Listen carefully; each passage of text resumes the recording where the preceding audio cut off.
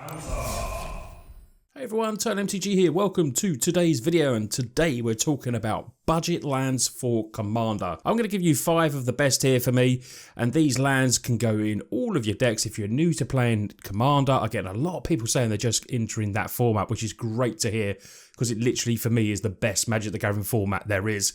And you're wondering, you've got 100 card decks to build, is it going to be expensive? You may look at friends that are already playing with their fancy lands and their fancy cards, but we're going to look at some cards today that are as low as 20 cents that are still going to be absolute staples for a lot of decks.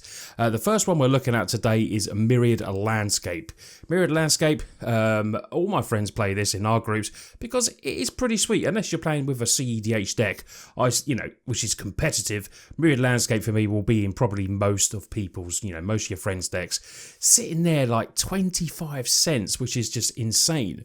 So at that price, if you're building multiple decks or you have multiple decks, you can pick up quite a few of these and, maybe just still spend a couple of dollars, and then you don't have to swap them between each decks. Because we all know how annoying that is when you get that little bit of paper and you write on there, say missing this and missing that. Myriad Landscape does not have to be one of those cards because it's 24 cents, 25 cents, which is amazing.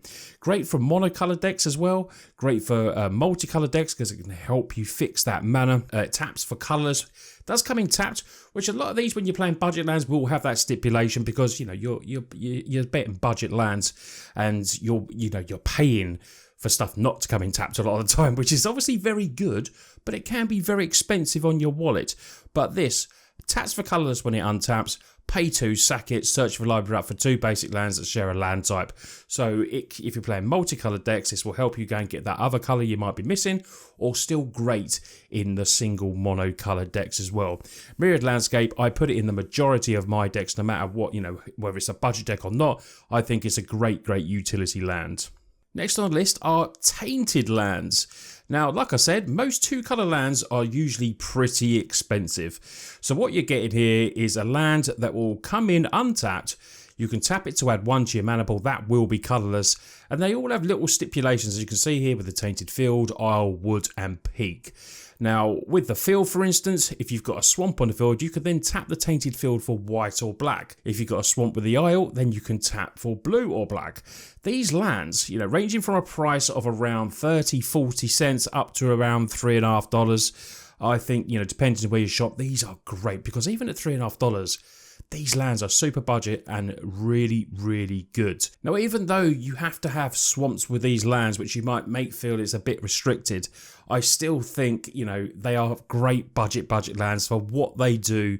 You will have to have a swamp in play.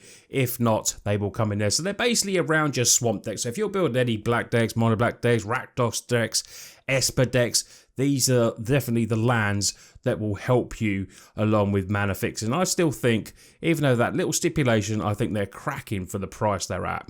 Next on the list are the wedge lands, the shard lands, great for triple coloured decks, because we all know if you're starting to build triple coloured decks, mana is really hard to put together, and these, for the price they're at, starting from around 20 cents, and I think the dearest one is around $1.50 or something like that.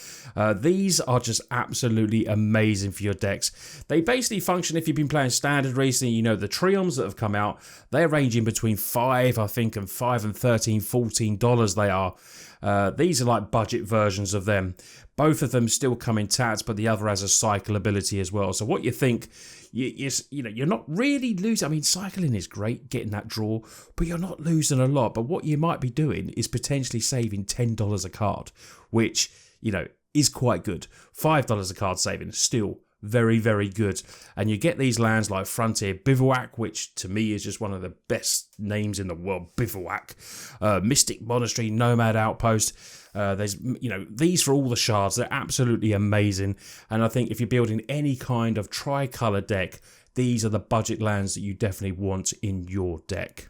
Second on the list now is a utility land. It is Ghost Quarter.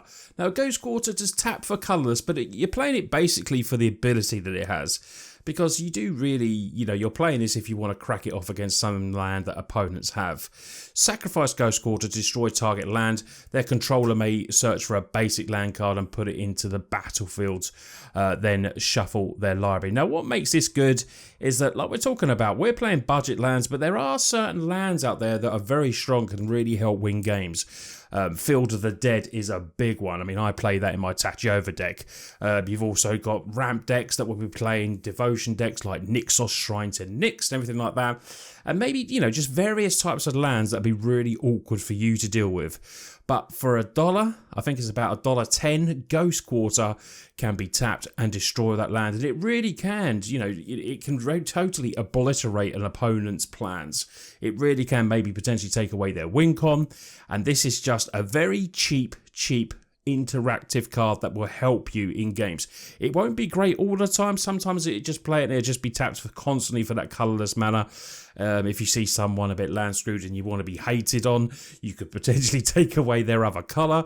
But Ghost Quarter, for the price it is definitely a great utility land that you want to put in your deck. Now, coming in at number 1 for me, it's been reprinted so many times. Commander, it's Command Tower, around 35 cents. Brewing any kind of deck that has multiple cards. This will tap for any one mana of colour of your commander's colour identity. It's an auto include in any type of deck. You just want this in there. It comes in untapped. Will always, just be tapped for the colour that you need. Doesn't matter if your commander's in the command zone. Doesn't matter where it is. This will tap for those colours. So if your commander is Esper, blue, white and black, this can come in and will tap for any one of those colours. There's not really much better budget land for me than Command Tower. It's easy mana fixing. It's literally the best for me. Probably one of the best lands in Commander. So this is what you want for every single one of your decks. Command Tower, and as like I said, a bit like Myriad, this is 35 cents. But if there's one land that you will take from this list that you will buy, make sure it is Command Tower, because it, for me, is the best budget land in Commander. So today I've given you 5 options of budget lands. Let me know what you think. Therell be some other variants out there that you could possibly put in as well. Let me know, put in the comments other budget lands that you think are really good that you use in your decks. If you're new to Commander and found this helpful, please, give this a thumbs up. I hope you've enjoyed the video. I'll be doing more budget versions of these towards Commander. Budget seems to be very popular on the channel, so I'm throwing it out there, doing a few different things with it, and hopefully, we pick up some new subscribers along the way. And for the existing ones, I hope you enjoy the content as well. Big shout out to all my Patreons. Thank you very much for all your support as always. Check out the links in the description if that's something you want to do and help Matt keep making videos. Anyway, you lot take care, and I'll see you on the next video.